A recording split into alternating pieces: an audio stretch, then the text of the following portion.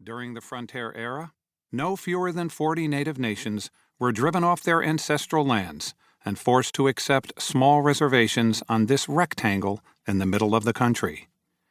Then in 1883 and the following years, even those tribal lands were taken from them. Individual families were given small allotments, and the remainder was opened to white settlement. In 1890, the territory was named Oklahoma, Choctaw for the land of red men. Eastern Oklahoma was dominated by 5 nations from the American Southeast who were the first to be compelled to surrender their lands to Anglo-Americans: the Cherokee, Chickasaw, Choctaw, Creek, and Seminole. Because of their partial adoption of American culture, they became known collectively as the 5 Civilized Tribes. Once in Oklahoma, it was the Cherokee in the Northeast who claimed a kind of preeminence.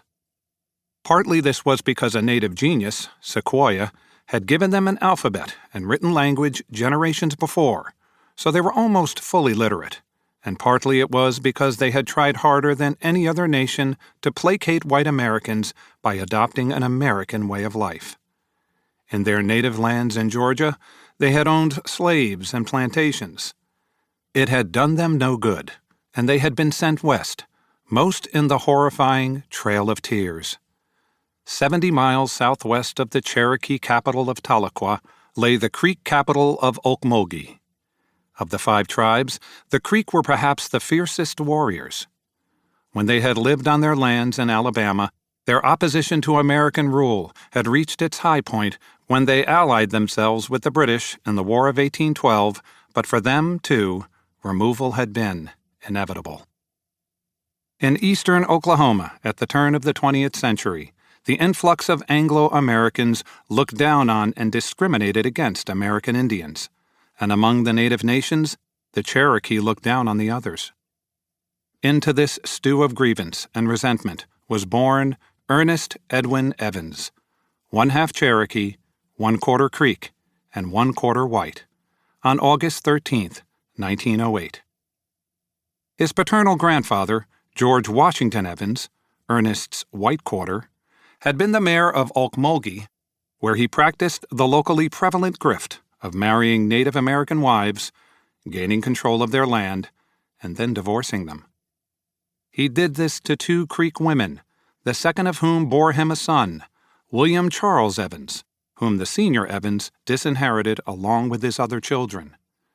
The son settled into a laboring life in Muskogee, about 2/3 of the way to Tahlequah, and married a Cherokee named Anna Birdsong, Ernest's mother. Mostly, the Evans family followed work. While Ernest was still a baby, the family returned for a time to Okmulgee, where William Charles had opened a restaurant. Oklahoma was in an oil boom. There were more white people than ever before, and the town's population had passed 2,000.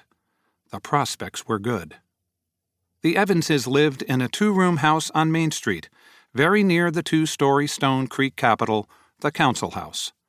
They had friendly neighbors, and although their circumstances were modest, the family was happy and grew with the addition of a daughter, Gladys, and the next year another boy, Johnny.